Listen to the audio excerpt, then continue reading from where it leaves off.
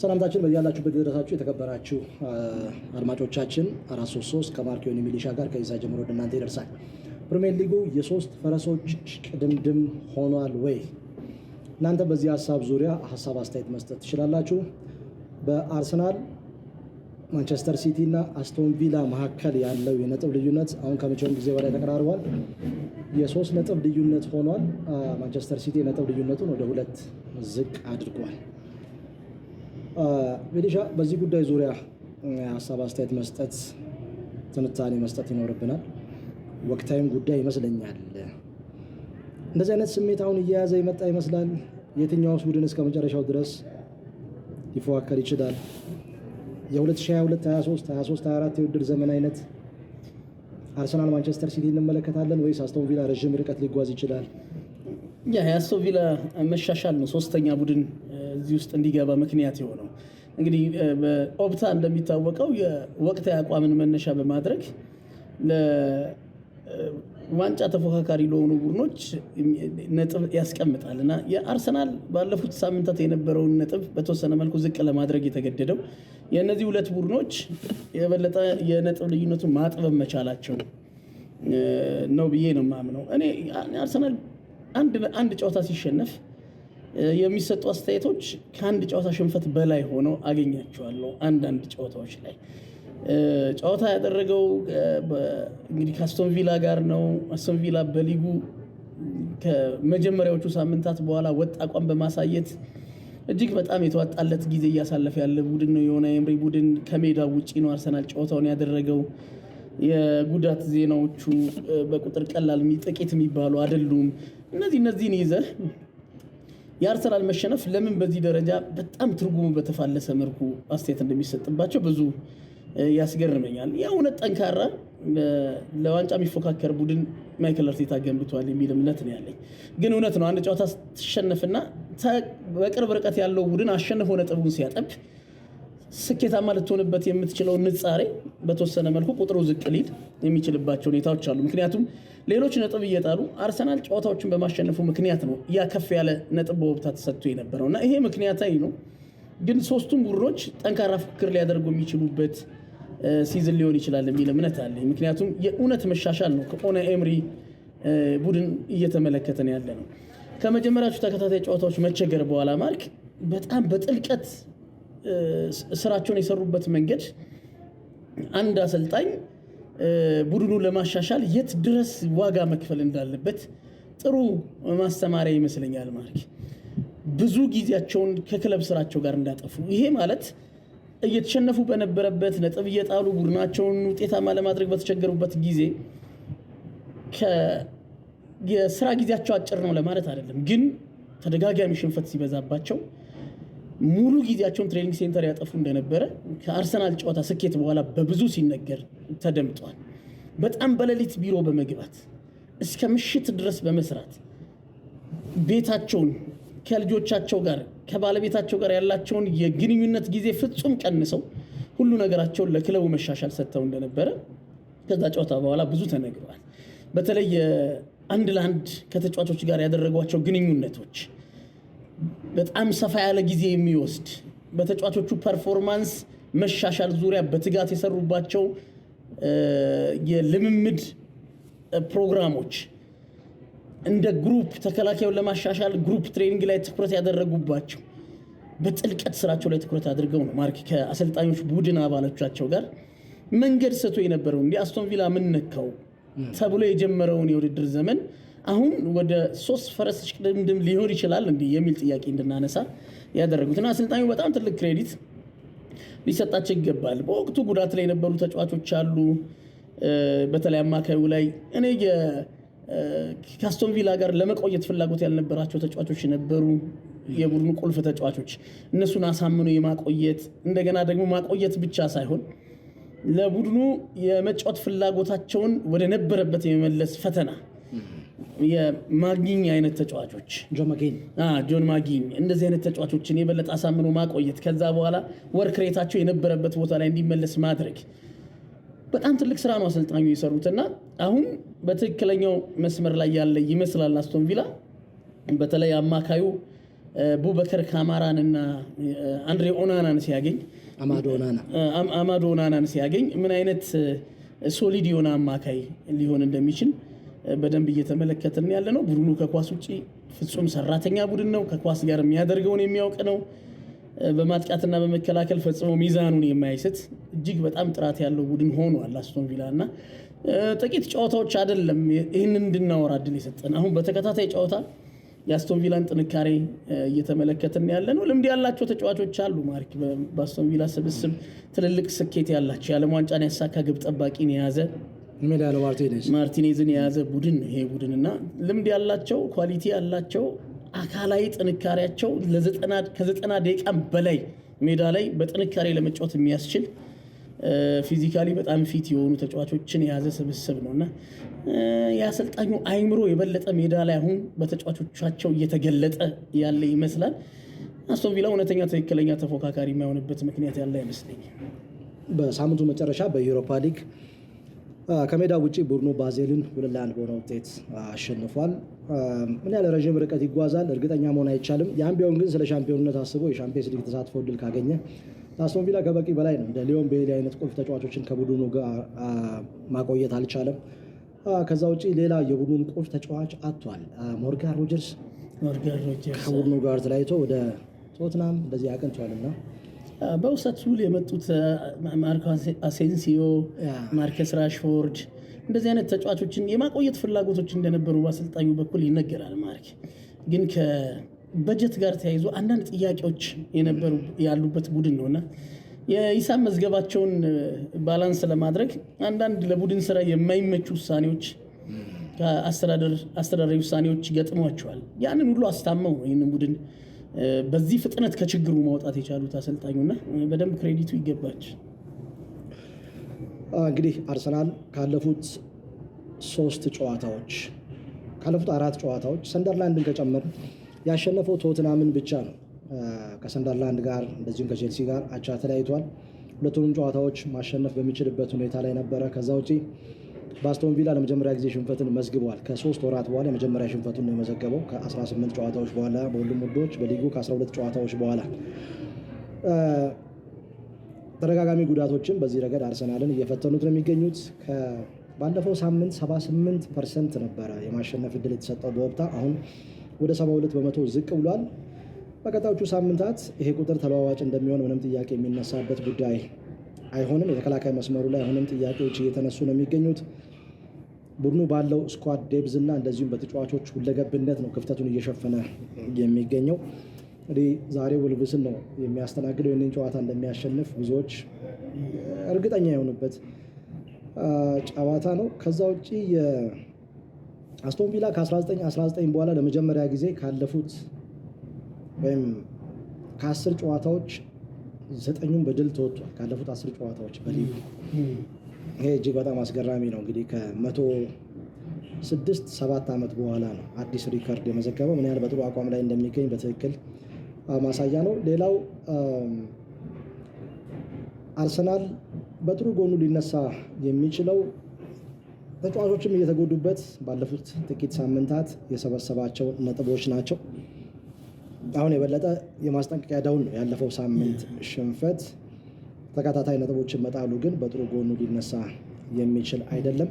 የበለጠ አሁን የአእምሮ ጥንካሬው ማሳየት ያለበት ጨዋታ ነው። የዚህ የአስቶን ቪላው ቼልሲ እና ሰንደርላንዱ ጨዋታ ላይ የተመለከትነው ነገር ሚኬል አርቴታ የሚደሰትበት እንዳልሆነ ጥያቄ የሚነሳበት ጉዳይ አይደለም። በሴንት ጄምስስ ፓርክ ያሳየውን የአእምሮ ጥንካሬ ነው በእነኚህ ጨዋታዎች ላይ ማሳየት የነበረበት ወይም በቀጣዮቹ ጨዋታዎች ላይ ማሳየት አለበት ተብሎ የሚታሰበው አንደኛው ነገር ነው። በትክክል የማንቂያ ደውል ነው የሚል እምነት አለኝ። ማርክ እኔ ምናልባት ባለፉት ሳምንታት የአርሰናል የራሱ ጥንካሬ እንዳለ ሆኖ የሌሎች ከአርሰናል ጋር ሊፎካከሩ ይችላሉ ተብሎ የሚገመቱ ቡድኖች የነበረባቸው ብዙ ደካማ ጎኖች አርሰናል በሊጉ ሻምፒዮን ሊሆን ከሚችልባቸው ምክንያቶች መካከል አንደኛውን የሚል ነገር ተደጋጋሚ ጊዜ ስናነሳ ነበር። የሌሎች ደካማ መሆን፣ የማንቸስተር ሲቲ ወጥ አቋም ማሳየት መቸገር፣ የተከላካዩ ክፍተት፣ የአላንድ ጥገኛ መሆን፣ አሁን እነዛ ሁሉ ችግሮች የተፈቱ ይመስላሉ በማንቸስተር ሲቲ በኩል አሁን ያነሳናቸው ችግሮች ሁሉ። ስለዚህ ከዛ አንጻር ከተመለከት ነው የሌሎች ተፎካካሪ ቡድኖች መጠናከር አርሰናል ላይ ጫናውን የበለጠ እንዲበረታ ያደርጉታል እና የነሱ መሻሻል እንዳለ ሆኖ አርሰናል የበለጠ ራሱን ማጎልበት ከገጠመው ችግር ቶሎ ለመውጣት መሞከር እጅግ በጣም ተገቢ ነው የሚል እይታ ነው ያለኝ። ማለት የዊሊያም ሳሊባ እና ገብርኤል ማጋሌሽ አለመኖር ግን ጥያቄ እንደሚያስነሳ ተመልክተናል። ማርቲን ኦዴጋርድ ባልነበረባቸው ጨዋታዎች ክፍተቱን በኤቤሬቺዜ መሸፈን ችሏል።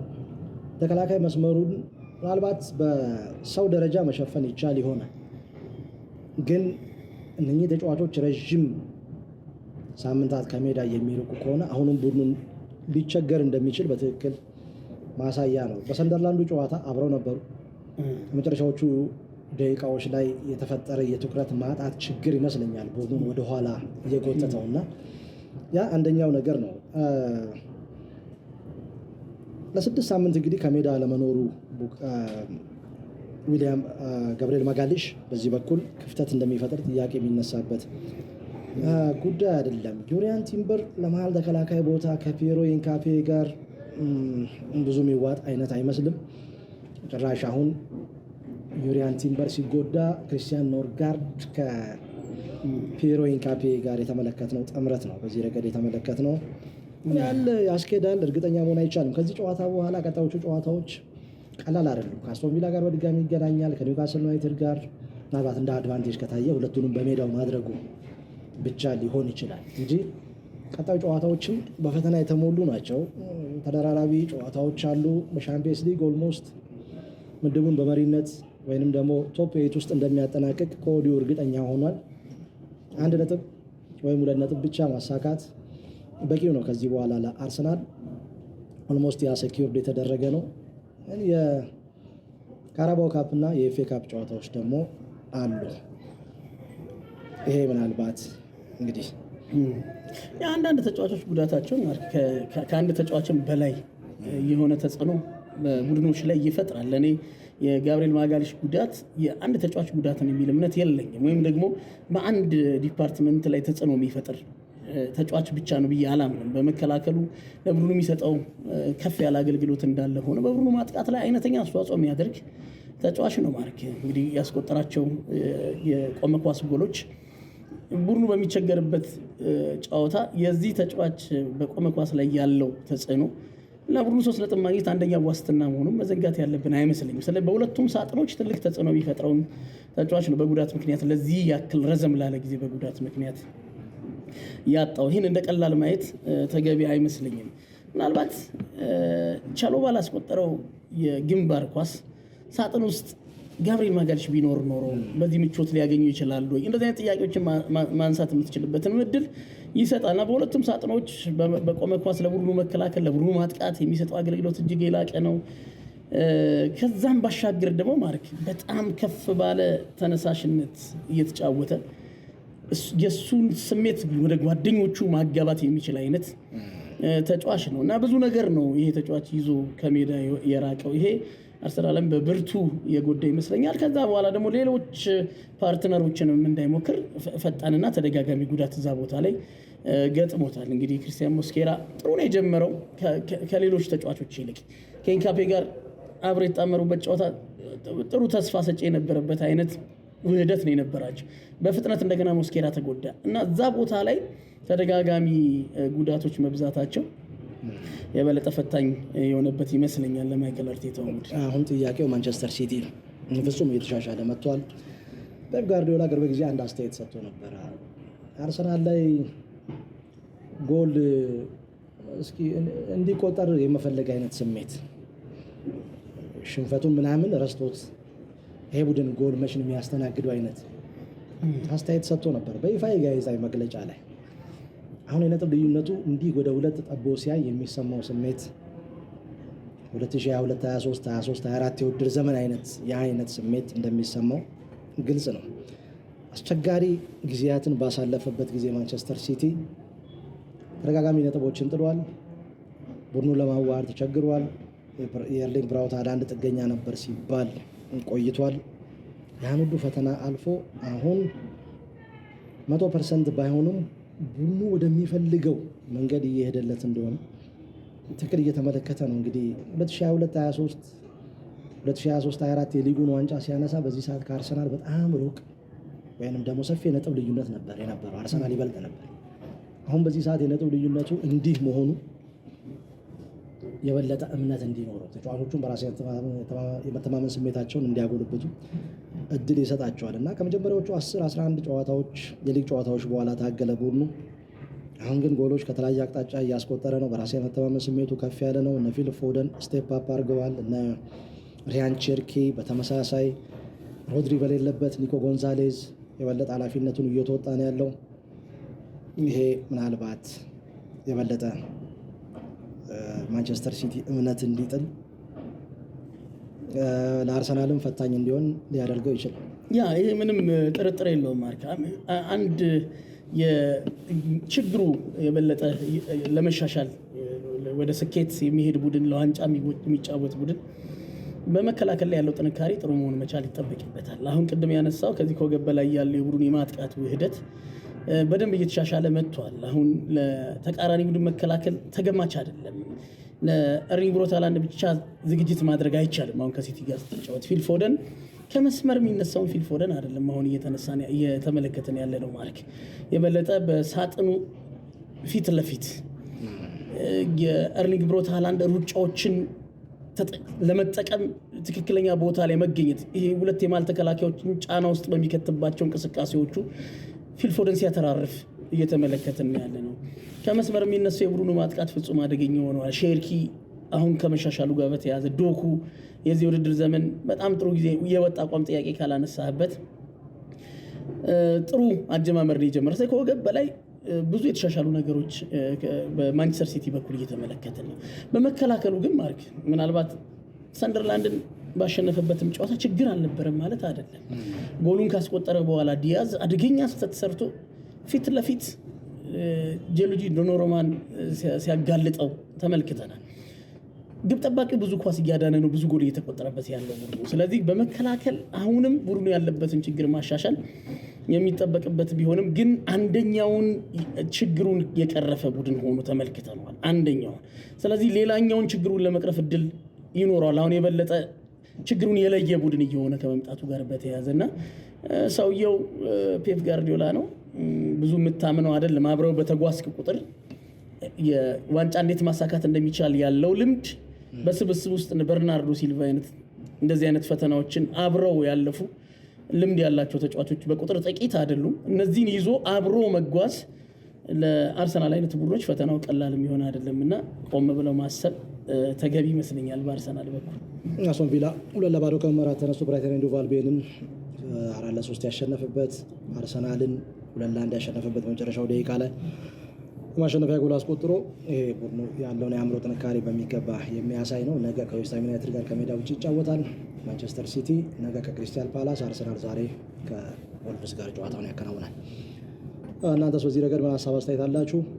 ሀሳብ አስተያየት ስጡን። ሰብስክራይብ አድርጉ። ሊጉ የሶስት ፈረሶች ሩጫ ሆኗል ወይ? የትኛው ቡድን እስከ መጨረሻው ድረስ የተፎካከረ ይቀጥላል? ሀሳብ አስተያየት ስጡበት።